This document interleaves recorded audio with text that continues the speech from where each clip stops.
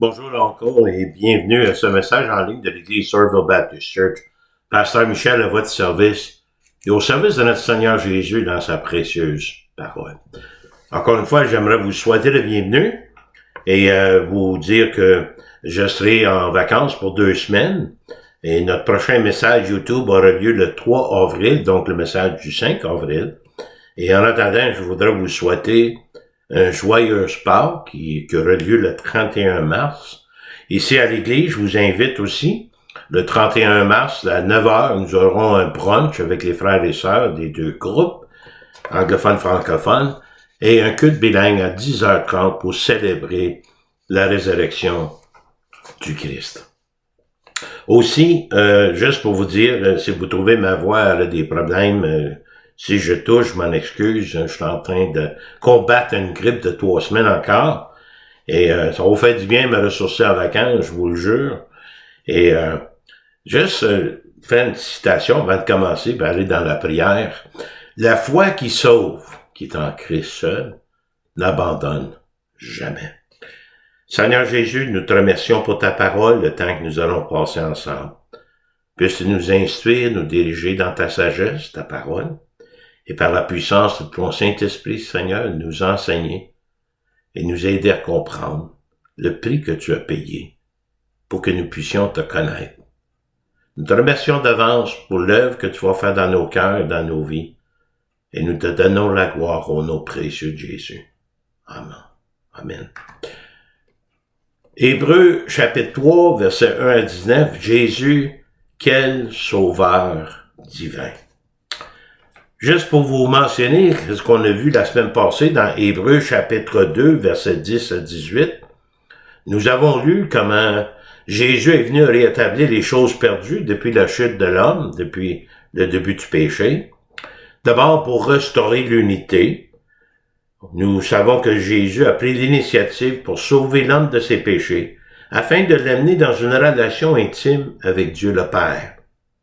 La deuxième chose qu'on a vue la semaine passée, c'était pour restaurer la confiance. Nous démontrons que Jésus est digne de notre confiance ici et maintenant et que pour l'avenir aussi.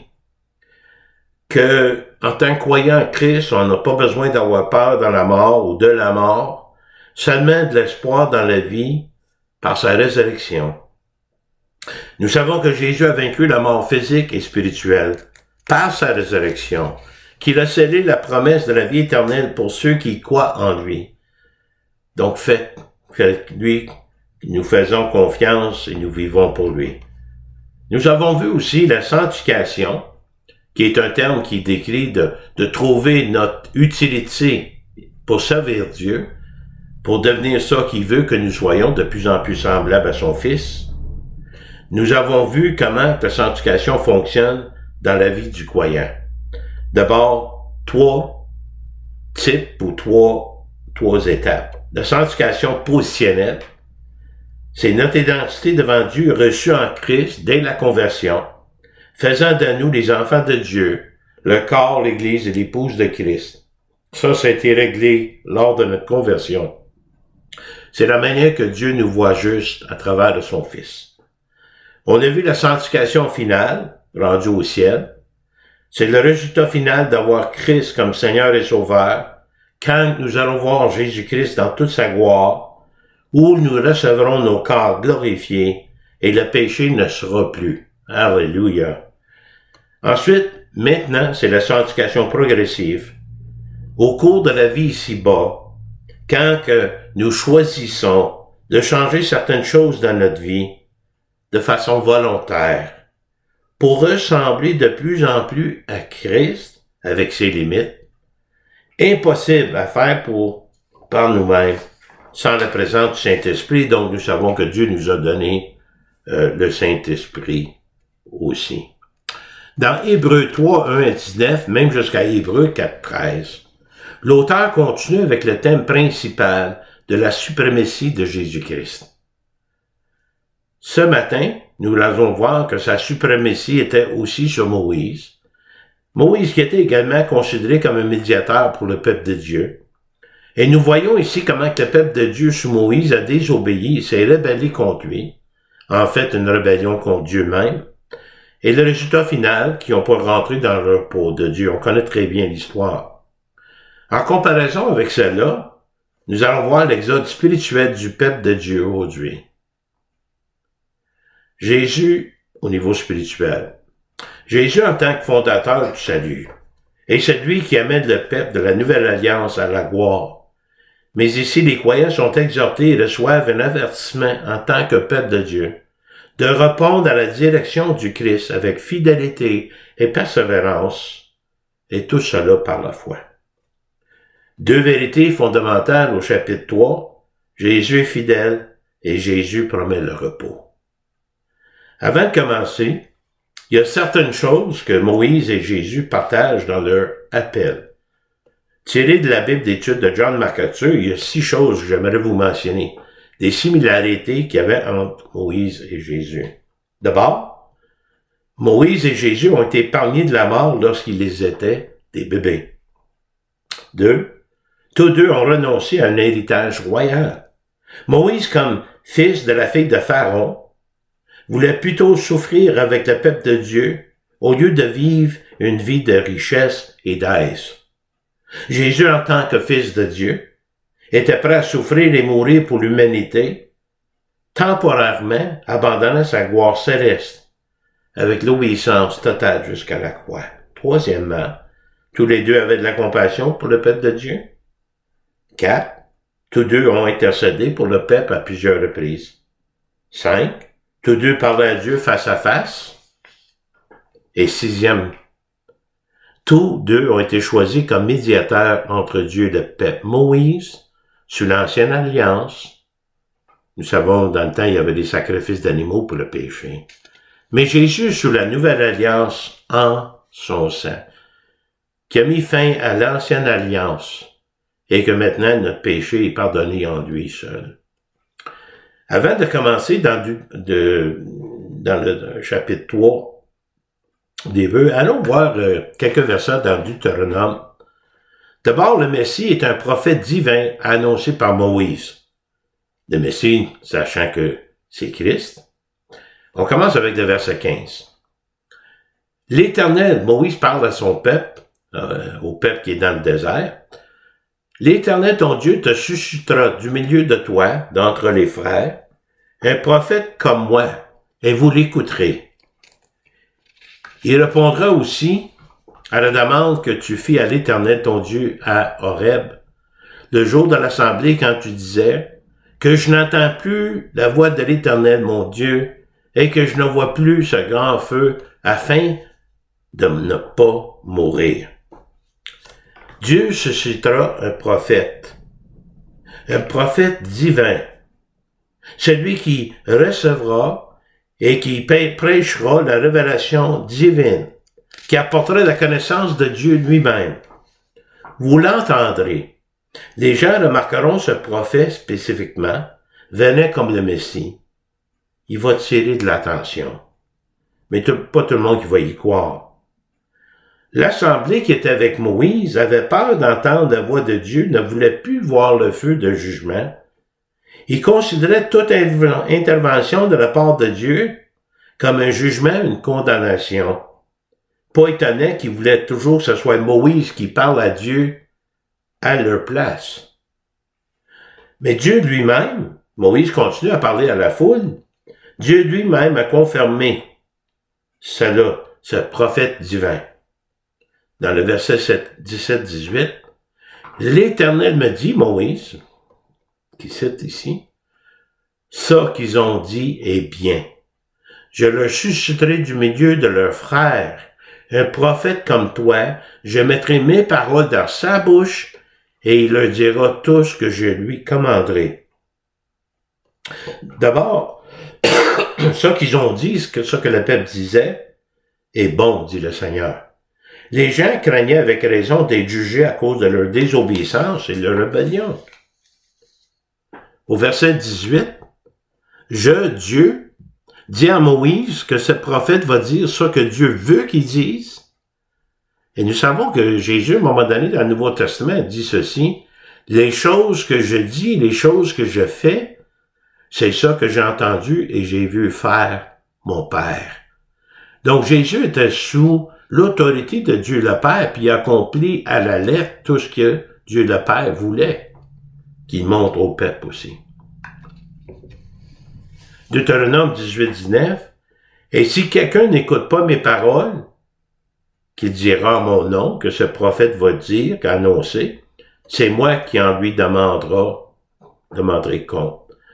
Dieu, je l'exigerai de ceux qui n'écouteront pas les paroles du Messie, ceux qui vont refuser de l'écouter, ceux qui vont ignorer mes paroles, qu'il dira, seront tenus responsables de leur incrédulité et leur inaction, responsables pour leur propre condamnation. Mais le Messie, un prophète divin, annoncé par Moïse, c'est Jésus-Christ. Maintenant, nous allons venir au chapitre 3 des Hébreux. Et toujours le contexte, la lettre aux Hébreux a été écrite pour chaque croyant, même aujourd'hui, mais surtout au moment que ça a été écrit, c'est pour les croyants juifs qui venaient d'entrer dans la foi. Et il fallait bien qu'ils comprennent la différence entre Moïse et qui croyait être celui qui apportait la loi, et le Messie Jésus, que selon eux était venu pour appliquer la loi de Moïse. Mais il faut se rappeler que Jésus est venu accomplir la loi, pas pour l'appliquer. Ne comprenaient pas pleinement le message de Christ, le salut par grâce. Ils avaient besoin de connaître la véritable identité de Christ, qu'est-ce qu'il était venu faire par rapport à Moïse. Et l'identité de Jésus est clairement indiquée dans les versets 3, 1 et ainsi de suite. C'est pourquoi, frères saints, qu'ils avaient part la vocation céleste, considérez l'apôtre et le souverain sacrificateur de la foi que nous professons. Les personnes à qui on parle ici, c'est les frères saints. Les participants à l'appel céleste, c'est tellement beau. La vocation céleste, cela devrait nous bénir et nous encourager à persévérer juste ces paroles-là, même les moments les plus difficiles et des temps d'épreuve. Les paroles s'adressent aux croyants, l'appel étant spirituel. Il leur dit de réfléchir, de considérer sérieusement ceux qu'ils ont avoués comme étant le leur. Remarquez le titre donné à Jésus. En anglais, je l'aime mieux parce qu'il se donne un lettre majuscule pour apôtre et souverain sacrificateur. Il y a un accent particulier sur l'importance de ce titre, de ces deux titres qui lui sont donnés. D'abord, l'apôtre, le sens du mot, veut dire l'envoyé, le médiateur, le communicateur. Le Christ plaidait la cause de Dieu auprès des hommes. Nous savons que les apôtres que Jésus a choisis, c'était des témoins directs qui ont été les premiers ambassadeurs de Christ, et nous, en tant que disciples de Christ, également appelés d'être ambassadeurs du Christ. Mais Jésus, c'est l'apôtre, c'est le premier qui révèle le Père. Comme souverain sacrificateur, l'idée, c'est celui qui intercède pour l'homme devant Dieu, en tant que représentant, médiateur divin de l'homme, choisi par Dieu, ou Christ plaidant la cause des hommes auprès de Dieu. Donc, il est apôtre et souverain sacrificateur. Mais Jésus, en tant que souverain sacrificateur, est venu pour nous délivrer, une délivrance spirituelle, venu pour expier les péchés du monde. Si un si grand souverain sacrificateur nous est donné, nous devons honorer et nous soumettre à ce souverain sacrificateur qui est Jésus-Christ. Celui qui est de la foi que nous professons, et la confession de la foi du croyant est faite non seulement avec la bouche, mais avec la vie.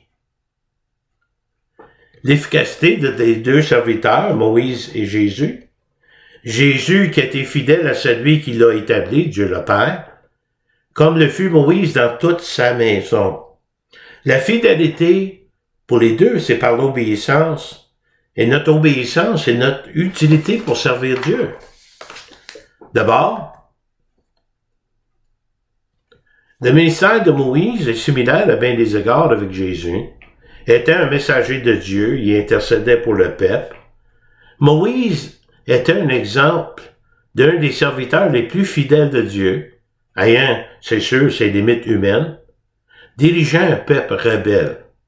L'histoire de Moïse, cet homme utilisé par Dieu et pour Dieu, a joué un rôle majeur dans la libération du peuple de Dieu à l'esclavage, de l'esclavage égyptien de plus de 400 ans. Malheureusement, avec tout ce qui s'est passé, Moïse lui-même n'est jamais entré dans la terre promise, mais cela lui fut montré de loin. Mais le ministère de Jésus-Christ, qui était le messager ultime, apportant le message ultime, qui avait des capacités divines illimitées, est un prophète supérieur à Moïse, mais un prophète divin de Dieu. Verset 3. Quand il était jugé digne d'un gloire d'autant supérieure à celle de Moïse, que celui qui a construit une maison a plus d'honneur que la maison même. Et chaque maison est construite par quelqu'un, mais celui qui a construit toute chose, c'est Dieu. Qu'est-ce qu'on est en train de dire? Pourquoi Jésus doit être considéré comme plus glorieux que Moïse? Celui-ci était digne d'une gloire supérieure, sa personne, son ministère. On l'apprend ici avec le mot maison. Également, qui peut être appelé la maison de Dieu, faisant référence au peuple de Dieu Israël et à nous les croyants. Celui-là, le prophète divin Jésus-Christ, c'est celui qui a construit la maison. Le Dieu de la maison, il est le créateur, le propriétaire légitime. Verset 5. Pour Moïse, il a été fidèle dans toute la maison de Dieu, comme serviteur, pour rendre témoignage de ce qui devrait être annoncé. Moïse a été fidèle envers le peuple de Dieu, le peuple dont Dieu lui a confié en tant que serviteur. Et le témoignage de Moïse, nous voyons sa fidélité dans le service, quand il était au service de Dieu, toute sa vie. Donc, on en parle encore aujourd'hui. C'est un témoignage durable qui nous est donné comme exemple, un exemple qui nous est donné comme l'ombre du Christ à venir. Moïse était un genre de serviteur qui a délivré le peuple du péché, pas du péché, excusez, de l'esclavage, mais Jésus est un libérateur spirituel qui est devenu pour libérer le peuple du péché. Donc Moïse est comme un parallèle. Tout ce qui se passe avec Moïse, c'est un parallèle de ce qui nous arrive aujourd'hui. C'est important de bien comprendre le prochain verset. Hébreux 3:6. Mais Christ les compte comme fils sur sa maison, la maison, sur sa maison, c'est nous, pourvu que nous retenions jusqu'à la fin la ferme confiance et l'espérance, donc nous glorifions. Jésus, en tant que fils sur sa propre maison, en tant que Dieu légitime d'Israël et notre Dieu, en tant que croyants, nous sommes la maison de Dieu, soit qu'on soit juif ou gentil. J'ai pris des versets dans Éphésiens 2 pour mieux expliquer, mieux illustrer ce fait. C'est Paul qui écrit. Ainsi donc, vous n'êtes plus des étrangers ni des gens du dehors, mais vous êtes concitoyens des saints, gens de la maison de Dieu. Ça, c'est notre nouvelle identité, la sanctification positionnelle, où nous devenons saints et membres de la maison de Dieu. Ça a été fait dès notre conversion. Verset 20. Vous avez été édifiés sur le fondement des apôtres et des prophètes Jésus-Christ, lui-même étant la pierre angulaire. La maison de Dieu doit avoir une pierre angulaire qui est le Christ. En lui, tout l'édifice bien coordonné s'élève pour être un temple saint dans le Seigneur. C'est tellement une belle illustration. En lui, vous êtes aussi édifiés pour être une habitation de Dieu en esprit. Notre corps, c'est le temple du Saint-Esprit. Chaque croyant, au niveau individuel, est une habitation de Dieu, mais avec les autres croyants, c'est la maison de Dieu. Au verset 6, donc nous sommes la maison si nous retenons ferme jusqu'au bout la confiance et la joie de l'espérance. Il y a des gens qui regardent ça et disent, si je reste pas fidèle, peut-être je vais perdre mon salut ou quelque chose comme ça. N'oubliez pas, on est sauvé par la grâce, par l'œuvre de Christ.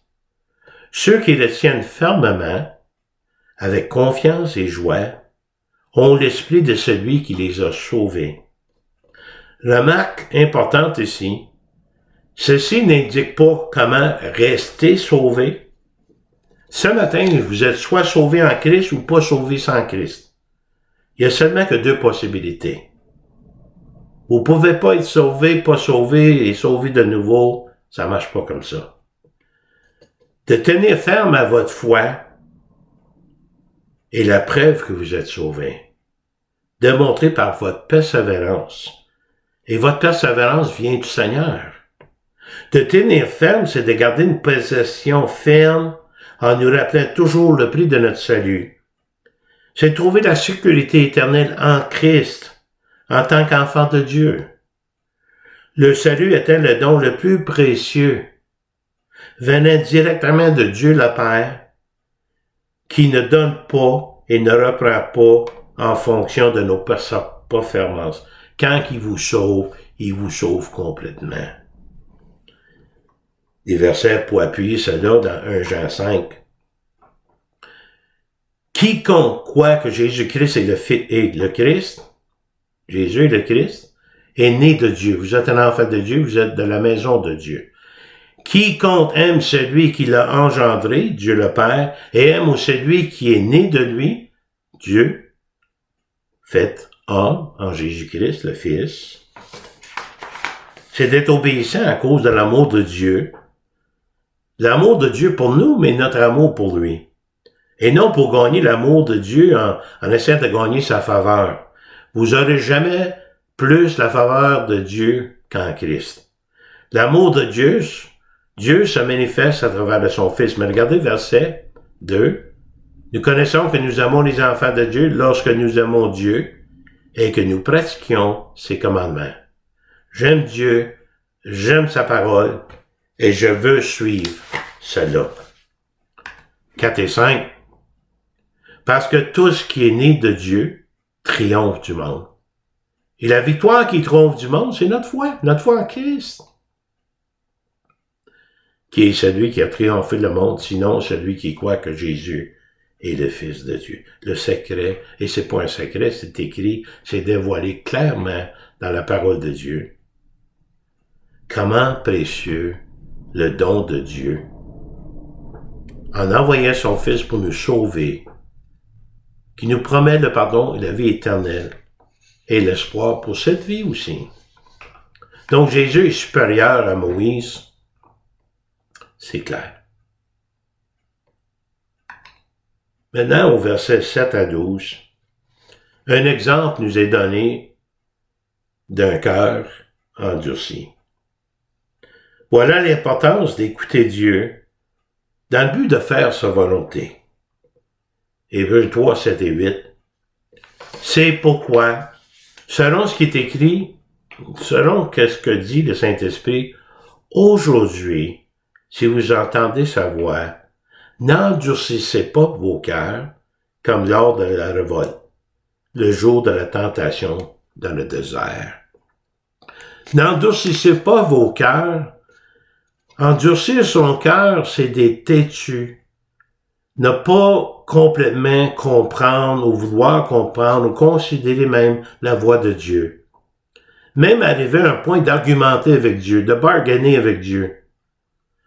Ne pas l'écouter de quelque manière que ce soit en aucun moment. S'ostiner avec Dieu. Pas y faire pleine confiance. Et qui finit par ne pas l'écouter. De ne pas écouter l'Esprit. De ne pas se soumettre aux enseignements du Saint-Esprit. Regardez au verset 9 et 10. L'exemple, c'est le peuple avec Moïse. Où vos pères me tentèrent pour m'éprouver, et qu'ils virent mes œuvres pendant 40 ans. Ainsi je fus irrité contre cette génération, et je dis, ils ont toujours un cœur qui s'égare, et ils n'ont point ils n'ont pas connu mes voies. Tenter ou éprouver Dieu, dans le mauvais sens pour tenter quelqu'un avec méchanceté. La ruse pour mettre à l'épreuve ses sentiments ou ses jugements. Un exemple, Dieu, si tu m'aimes vraiment. Il a envoyé son Fils. Si ça, c'est pas assez pour vous dire qu'il vous aime, vous montrer comment il vous aime. Comment pouvez-vous lui demander de vous montrer plus que ça? D'éprouver, c'est une tendance de toujours douter si une chose est authentique ou non. Comme si nous attendions que Dieu prouve sa valeur et sa fiabilité. Combien de temps, combien de choses a-t-il fait pendant 40 ans? Tout ce qui devait normalement prouver son amour et sa miséricorde, il le fait. Mais cela a été négligé par le peuple. Ça n'a pas été pris en considération parce que les cœurs étaient endurcis. Peu d'ouverture pour Dieu. Verset 11. Je jurai donc dans ma colère, ils n'entreront pas dans mon repos. Mon repos, le repos pour le peuple de Dieu à ce moment-là, c'était l'entrée dans la terre promise que Dieu a préparée pour eux. Ils ont renoncé, ils ont refusé d'entrer, ils ont eu peur, ils ont douté. Ils ne croyaient pas que Dieu pouvait les délivrer de leurs ennemis. Puis ils ont eux-mêmes refusé de rentrer. Maintenant, un avertissement pour ceux qui n'avaient pas la foi nécessaire, qui se sont retrouvés parmi les saints frères, mais pas authentiquement sauvés. Ça, il faut bien l'expliquer. Prenez garde, frères, que quelqu'un de vous n'ait un cœur mauvais et incrédule, au point de se détourner du Dieu vivant. Un cœur mauvais, qui se démontre par une crédulité à l'égard de l'Évangile, qui n'est pas engagé comme personne envers Christ, et se détourne du Dieu vivant. S'éloigner du Dieu vivant, c'est d'aller en réalité dans la direction opposée que Dieu a choisie pour nous. La direction des vrais croyants.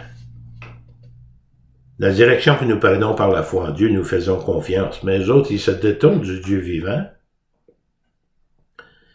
Et le repos de Dieu pour nous en Christ, c'est cesser de faire confiance à nous-mêmes, à nos œuvres, dans le but de gagner la faveur de Dieu. Vous n'aurez pas jamais vous aurez plus la faveur de Dieu qu'à travers son Fils.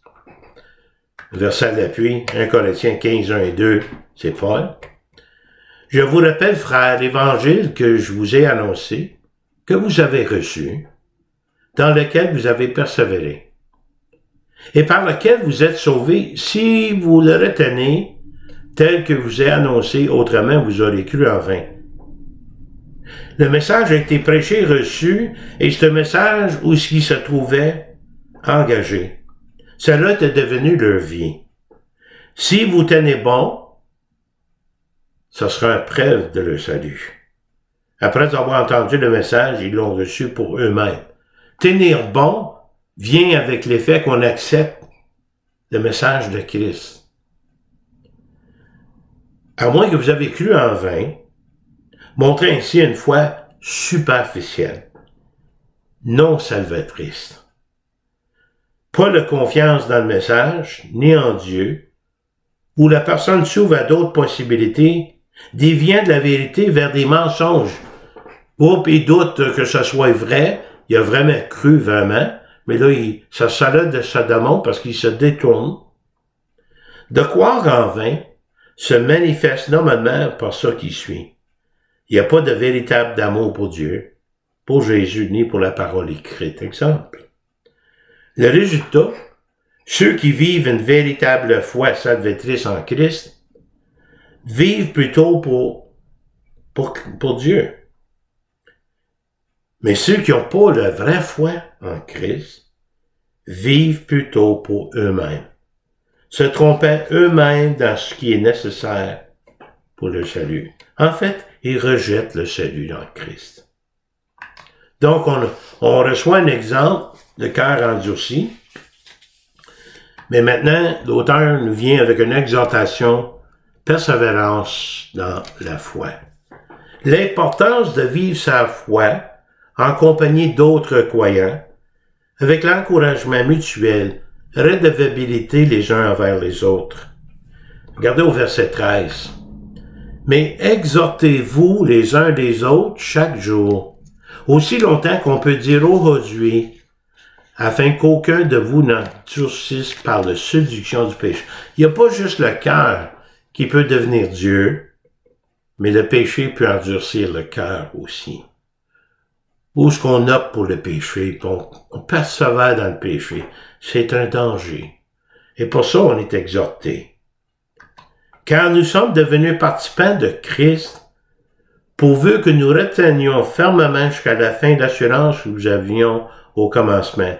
Une façon de devenir participant de Christ, c'est garder confiance en Christ, ce qui nous a dit, concernant le salut, d'être assuré de ses promesses et de ne pas pouvoir lâcher prise.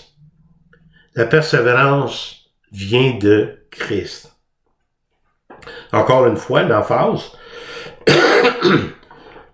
pendant qu'il est dit aujourd'hui, si vous entendez sa voix, n'endurcez pas vos cœurs, comme l'heure de la révolte.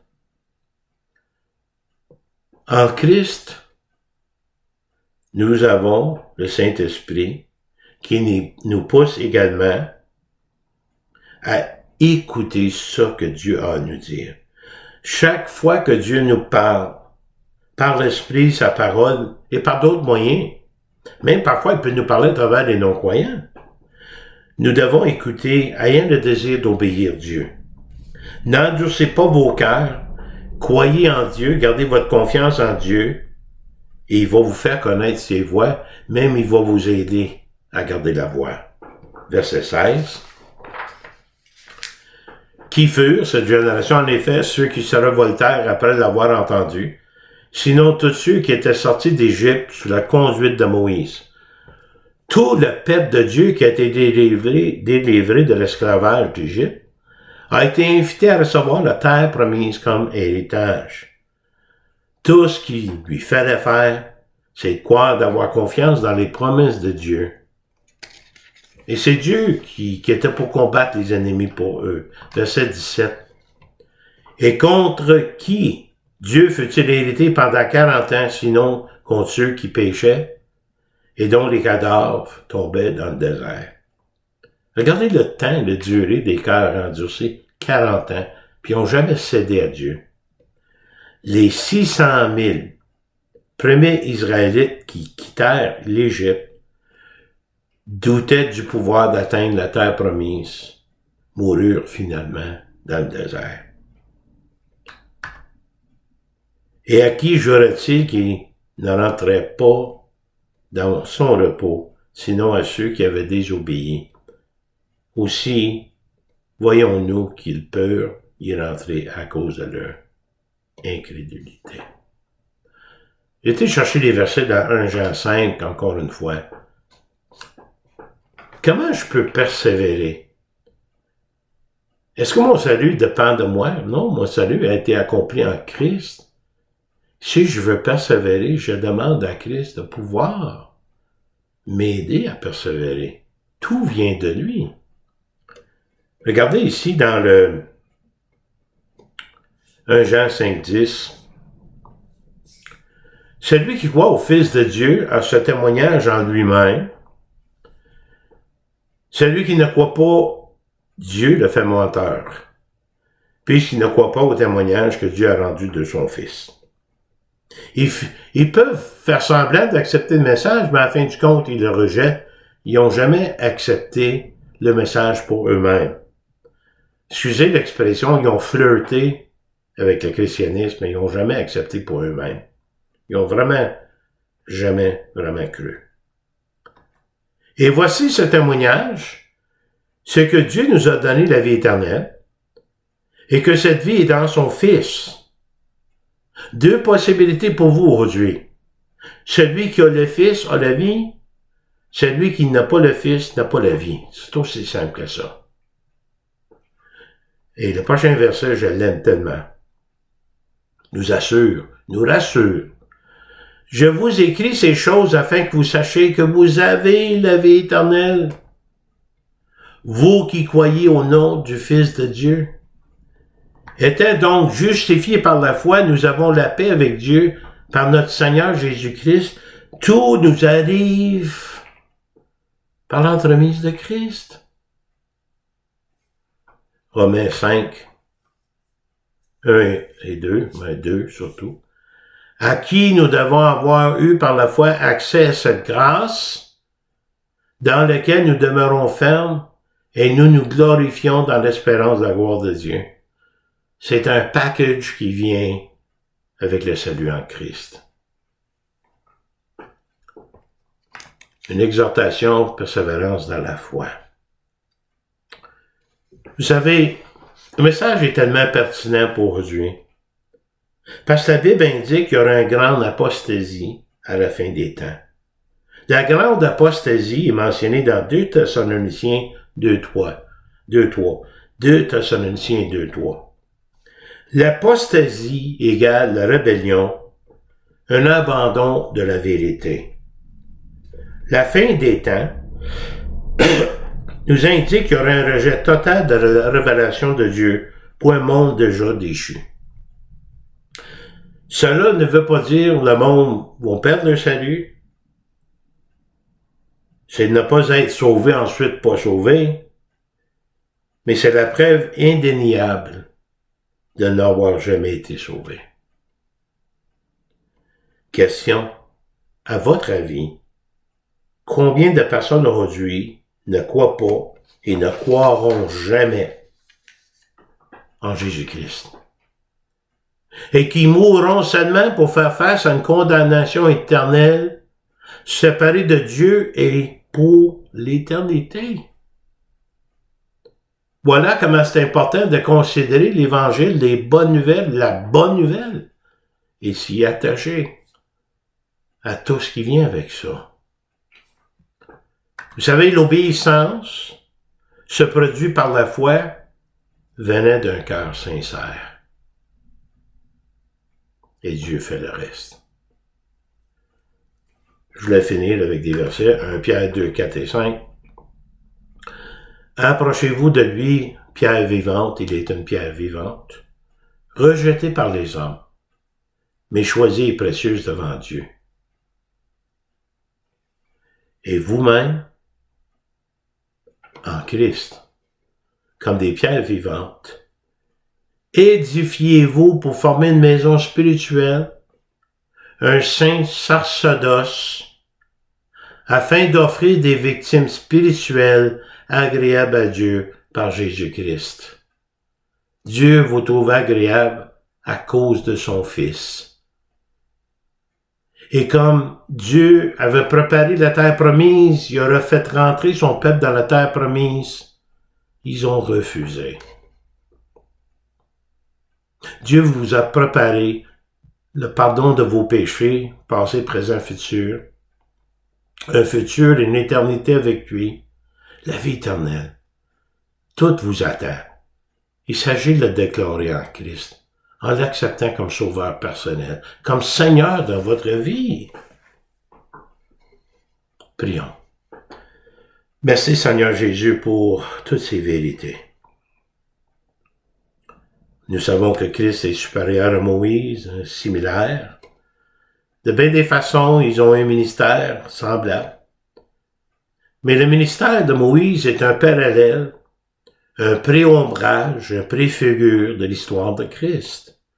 Moïse qui a délivré le peuple de l'esclavage physique en Égypte, et Jésus qui est venu nous délivrer du péché au niveau spirituel. Quelle belle histoire! Seigneur, je prie pour ceux qui t'appartiennent et peut-être qui ont lâché prise, qui sont pas engagés. Et je pense à moi-même, Seigneur. Tiens-nous serrés dans tes bras. Fais-nous sentir ta présence si on en doute. Et pour ceux qui ne te connaissent pas, Seigneur, comme Sauveur et Seigneur, convainc-les par la puissance de ton Saint-Esprit sur eux de leurs besoins. En attendant, Seigneur, aide-nous, Seigneur, à vivre, à persévérer dans la foi que nous avons reçue et crue.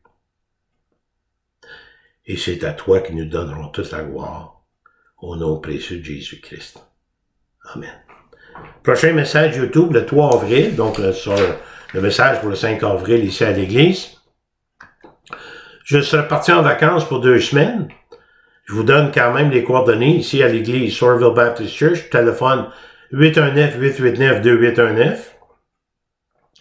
Mon courriel mihoule@netrevolution.com. Vous avez des requêtes de prière, des questions, des commentaires. S'il vous plaît, n'hésitez pas à me contacter. Même si je suis en vacances, vous pouvez me contacter par courriel, le téléphone, mais je vais être parti assez loin. Mais en attendant, regardez comment c'est précieux le don de Jésus qui vient du Père du ciel, notre Père. Merci de votre fidélité d'écoute à ces messages. Que Dieu vous bénisse, que Dieu vous garde. Et à la prochaine fois. Joyeuse Pâques.